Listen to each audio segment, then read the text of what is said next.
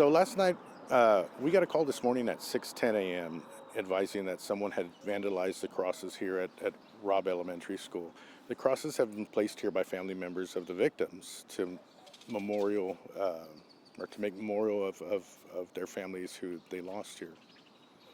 Who called? So we had one of the citizens who usually walks early in the morning call us. She wanted to remain anonymous, so we don't want to give out her information. While we're on the topic, I do want to request the 911 call by Sandra.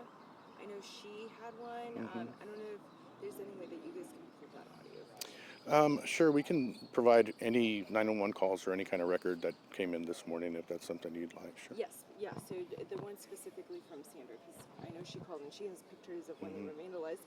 Can you explain what vandalism took place? So it appears that someone came in and pushed all the crosses to the center, turned them around so where they weren't facing out. They did push over at least one of them, and then the vases with some of the flowers were knocked over this morning. I see they're back in place. Who put them back? So this morning the families arrived very early before they had to go to work or wherever they were headed to, and they made the repairs this morning and placed them in the proper position that you see now. And I want to ask you, having the crosses face the school, that seems like some pretty harsh symbolism. You know, I can't speak to the symbolism. I know that it's very difficult for our community, and whoever did this caused tremendous pain to the families, and that's something that we're committed to keep from ever happening again. So I don't know what the intent or the purpose was, but it's very disappointing to all of us here. Okay.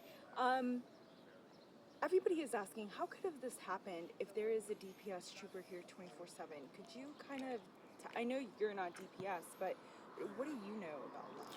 So I haven't been able to confirm if DPS had anybody stationed here last night between those hours yet. We work closely with DPS. They are a tremendous help to the community of Uvalde, and we really appreciate them. All I can say is this area is very dark. We are actually working to rectify that, and we're working to make sure that cameras are placed up so that if this ever happens again, we'll make sure that we can figure out who did it. If someone is caught for doing this, what kind of charges could they face?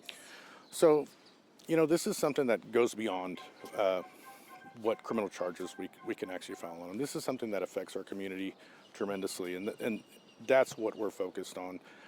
If it was a juvenile who made a very poor decision, we definitely want to take that into consideration.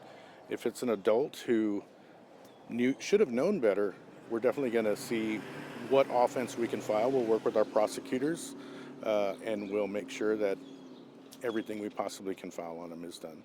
Moving forward, is there anything Uvalde PD can or is planning to do to make sure that the campus doesn't get vandalized again? Yes, absolutely. So I've been working with Uvalde Consolidated Independent School District personnel, their police department. We're talking about putting extra cameras and possibly extra lighting at the location. The police department itself went out and purchased new cameras this morning that we could temporarily place right away, so that even if someone happens to be able to come in here and do something like this, we'll have evidence of who they may have been. Mike, do you have any other questions? Do you have any